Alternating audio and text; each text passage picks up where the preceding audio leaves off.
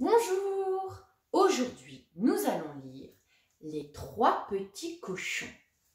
Nous avons le titre ici avec 1, 2, 3, 4 mots et l'éditeur ici.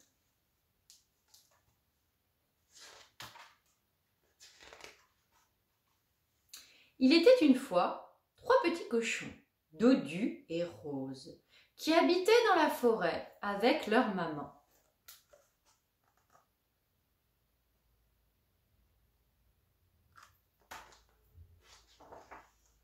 Le premier, Sniff, était plutôt rêveur.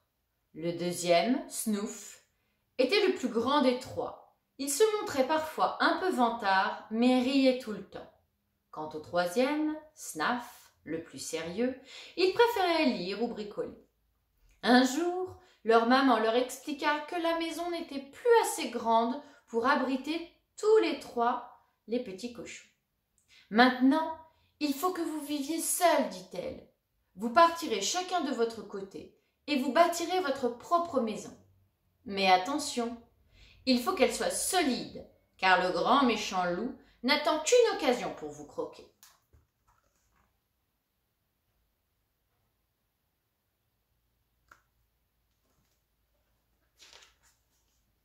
Les trois petits cochons firent donc leur baluchon, un peu tristes de quitter leur maman, mais bien contents quand même de découvrir la vie. « Au revoir, mes petits, et méfiez-vous du loup, » dit leur maman.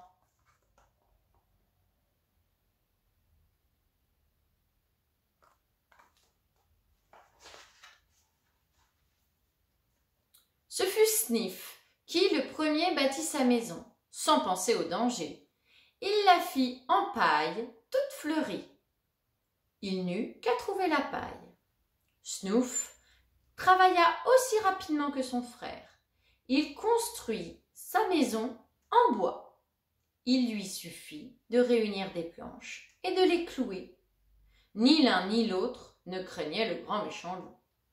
Snaf, lui, mit plus de temps que ses frères pour bâtir sa maison, car il la fit en pierre et en ciment. Il y ajouta un toit de tuiles et une vraie bonne porte en bois. Un toit solide, une vraie porte. Il va faire bon vivre dans ma maison.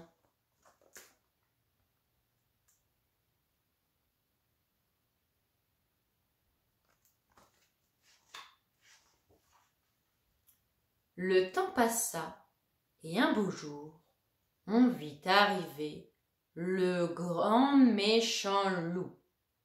Les trois petits cochons écarquillèrent les yeux de terreur. Chacun partit en courant à toutes jambes rejoindre sa maison. Il faut dire que le grand méchant loup avait appris que les trois petits cochons s'installaient dans les environs.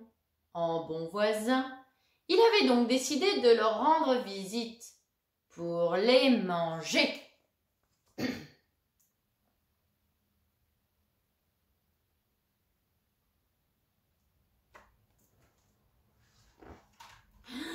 Le grand méchant loup se rendit d'abord chez Sniff. Là, il fit un effort pour se montrer aimable, dans l'espoir de convaincre le petit cochon d'ouvrir sa porte. « Bonjour, Sniff.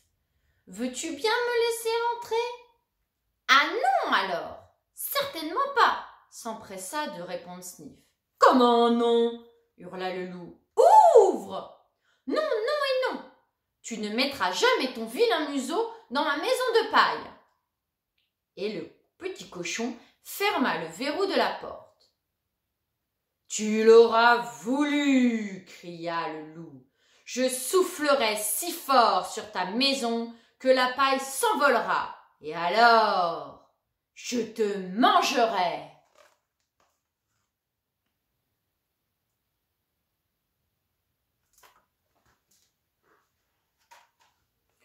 Le loup souffla de toutes ses forces, et la paille s'éparpilla dans l'air léger de la clairière. Quand le loup se précipita pour attraper le petit cochon, Sniff, terrifié, lui échappa et se précipita chez son frère, Snoof, dans sa maison de bois.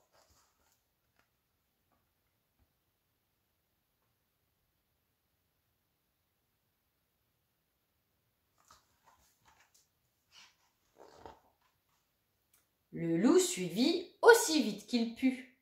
Mais quand il arriva chez le deuxième petit cochon, la porte était déjà refermée. Sniff, haletant, raconta ce qui s'était passé à son frère. « Petit cochon !» cria le loup. « Ouvrez la porte !» Les deux frères se croyaient à l'abri dans la maison de bois. « Ouvrez cette porte !» hurla le grand méchant loup. « Non, non et non, tu ne mettras jamais les pattes dans ma maison de bois, répondit Snouf. « Tu l'auras voulu, vociféra le loup. Je soufflerai si fort sur ta maison que les planches s'effondreront. Et alors, je vous mangerai. »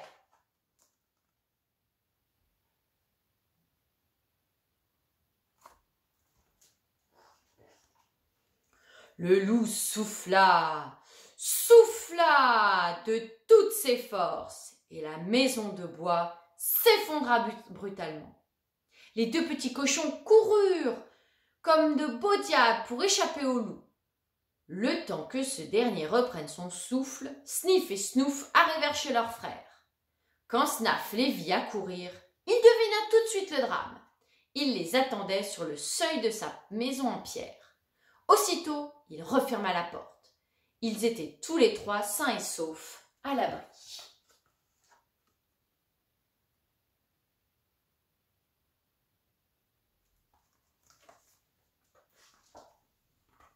Mais le grand méchant loup ne s'avouait toujours pas vaincu.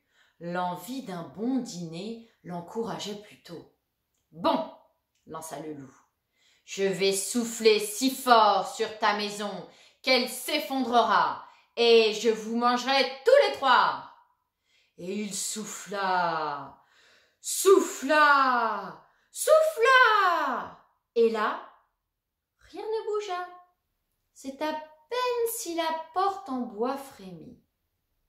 Mais pas suffisamment pour laisser passer le grand méchant loup. Alors il recommença avec obstination. Toujours rien. « J'en ai assez !» cria le loup. « Vous m'entendez? Assez ! Vous l'aurez voulu. Je rentrerai cette fois et par la cheminée. »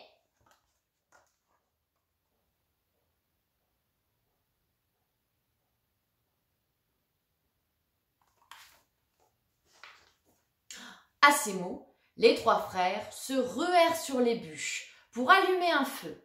Pendant ce temps, le grand méchant loup installa une échelle contre le mur et grimpa sur le toit. Il jubilait. Une fois là-haut, il exécuta ses menaces. Autrement dit, il se glissa dans la cheminée. Ouh! Aïe, aïe, aïe, aïe, aïe, aïe, au secours, à l'aide, je brûle!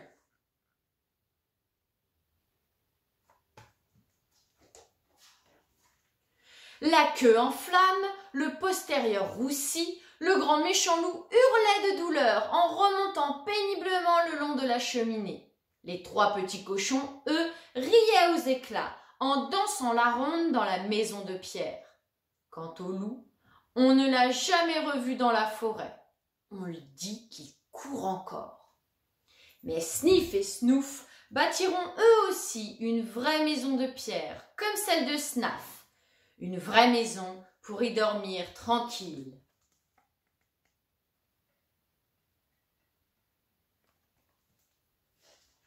Cric-crac, l'histoire est dans mon sac. Au revoir.